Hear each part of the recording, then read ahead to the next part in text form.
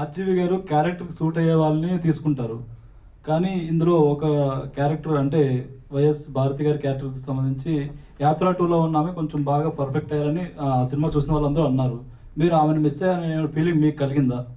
ఇప్పుడు ఏ డైరెక్టర్ అయినా తను అనుకున్న తన దృష్టిలో తనకున్న క్యారెక్టర్లు తనకున్న సెన్సిబిలిటీలో తీసుకుంటాడు. అందుకని వేరే సినిమా గురించి చేయను. నేను తీసుకున్న అన్ని క్యారెక్టర్లు ఆవిడ ఒక్కరే కాదు, అందరూ కూడా దీనికి సూటబిలిటీ అనుకునే తీసుకున్నాను. ఆర్జీవి సార్ ఇది రీసెంట్ టైమ్స్లో వచ్చిన పొలిటికల్ ఫిల్మ్స్లో అన్నిట్లో ఏదో ఒక విషయం మిస్ అయింది.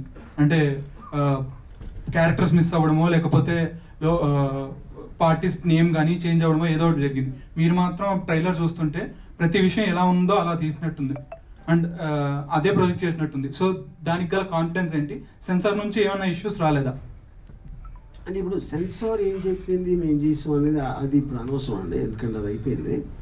సో బేసిక్గా ఇప్పుడు అంటే టోటల్ ఇది మాకు రిట్ పిటిషన్ మేము ఫైల్ చేసిన తర్వాత హైకోర్టు ఇచ్చిన ఆర్డర్లో కూడా వాళ్ళు క్లియర్గా మెన్షన్ చేసింది ఆర్టికల్ 19 కాన్సెప్ట్లో ఒక ట్రూ ఇన్సిడెంట్స్ని ఇంటర్ప్రిటేషన్లో తీయటానికి ప్రతి ఫిల్మ్ మేకర్కి ఒక హక్కు ఉంటుందని చాలా క్లియర్ కట్గా ఆర్డర్లో ఇచ్చింది. సో ఆ బేసిస్ బట్టి జరిగింది ఏం జరిగినారు.